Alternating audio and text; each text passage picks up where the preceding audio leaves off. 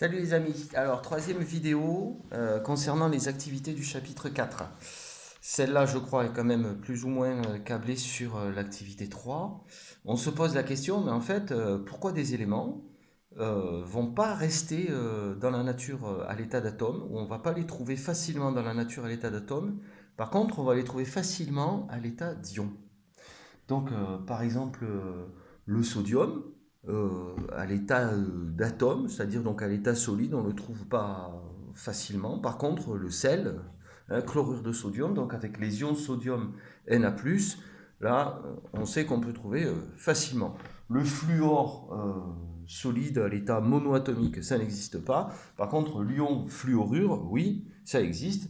L'ion chlorure, ben, dans le sel là aussi, bromure, etc. Alors, d'où est-ce que ça vient tout ça?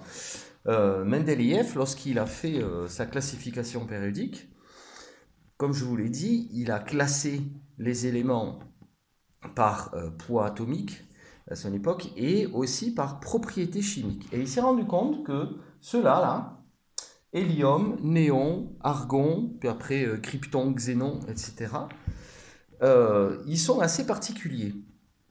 La première chose, c'est qu'ils font partie des rares espèces qu'on trouve à l'état monoatomique. C'est-à-dire que ils font de liens, ils font de liaisons avec personne. Et deuxième chose, ils ne perdent ou ne gagnent jamais d'électrons. Ils ne font pas d'ions. Et troisième chose importante, ils ne réagissent pas. Ils ne réagissent avec personne.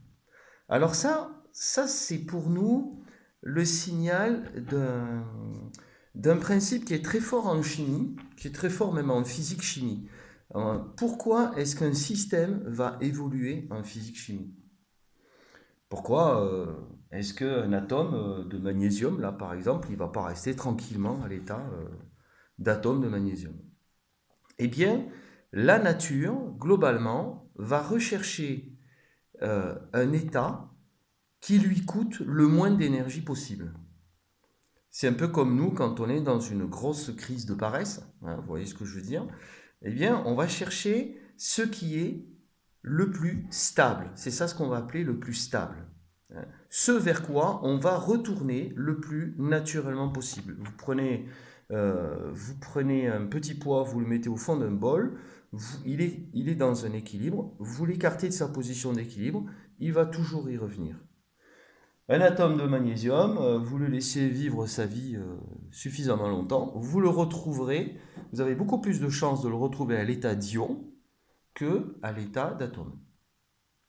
Donc la question qu'on peut se poser, mais pourquoi eux, ça leur arrive pas ça? Ben, tout simplement, c'est un peu comme en économie, ils n'ont pas trop d'argent et il leur en manque pas. Donc ils sont un peu, c'est pour ça peut-être aussi qu'on appelait les gaz nobles, c'est qu'ils n'ont besoin de rien. Ils n'ont besoin de rien, donc ils n'ont pas besoin d'évoluer. Ils ont le bon nombre d'électrons qui leur va. Donc ils n'ont pas besoin d'en prendre et ils n'ont pas besoin d'en céder. D'accord? Donc l'hélium, lui, il a 2 électrons, et seulement 2. Mais ça lui suffit, pourquoi? Parce qu'il n'a qu'une seule couche électronique, et elle est remplie. D'accord? Le néon, lui, eh bien, numéro atomique 10, il a 10 électrons, donc 2 sur la première couche, et 8, c'est 2 plus 6, sur la deuxième couche, la deuxième période. Voilà. L'argon, il se trouve qu'il a 18 électrons. Sur sa dernière couche, il a aussi 8 électrons. Alors on ne va pas trop chercher à réfléchir sur les nombres 2 ou 8, etc. En tout cas, l'esprit du programme est vraiment de nous interroger sur ce fait-là et de nous dire, en fait, si les autres bougent, c'est qu'ils veulent évoluer pour devenir comme eux. Alors ils peuvent pas devenir comme eux par rapport au noyau. Leur noyau, il est donné, il ne va pas changer. Vous savez qu'en chimie, sauf dans les transformations nucléaires, en chimie, on ne touche pas au noyau. D'accord? Les protons, les neutrons, c'est donné une fois pour toutes. Par contre, on peut toucher aux électrons. Et effectivement, par exemple, notre atome de magnésium, décidément toujours lui, il a 2 plus 8 plus 2, donc il a 12 électrons en tout. eh bien, figurez-vous qu'il va avoir tendance à perdre 2 électrons pour avoir la même configuration électronique que le néon. Donc son noyau, il ne va pas changer, il n'est pas question qu'il change. Par contre, le fait d'avoir autour de lui, non pas 12 électrons, mais 10, ça lui donne une configuration qui est plus stable. Et pareil pour les autres éléments, alors sauf lui, lui c'est un faux ami, d'accord? Les autres éléments de cette colonne. Le sodium, vous savez que, vous ne savez pas, mais je vous l'apprends, l'ion sodium c'est Na+, il a perdu un électron. Eh bien c'est pour la même raison. Le sodium est beaucoup plus stable une fois qu'il a perdu un électron pour avoir la même configuration électronique que le néon. Et donc il va faire Na+. Les batteries lithium-ion que vous avez dans vos téléphones portables ont l'ion Li+. Ce n'est pas un hasard, d'accord? Il est aussi dans cette colonne.